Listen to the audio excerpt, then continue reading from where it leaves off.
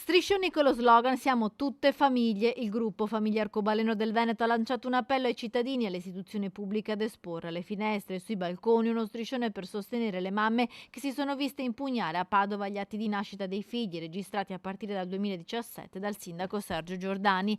Proprio il primo cittadino padovano ha detto che sta attendendo in questi giorni il parere dei legali per poter poi ricominciare a registrare nuovamente i figli di coppie formate da due mamme. Sto aspettando che i nostri avvocati, sia esterni che interni, si esprimano ancora con più chiarezza, per tranquillità, ma non per problemi personali.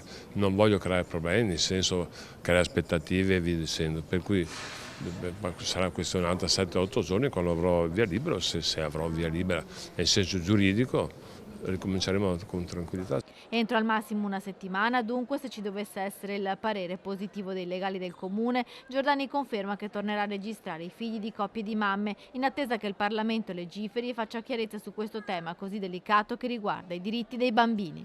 Se poi il Parlamento delibera che non si può, non lo faccio.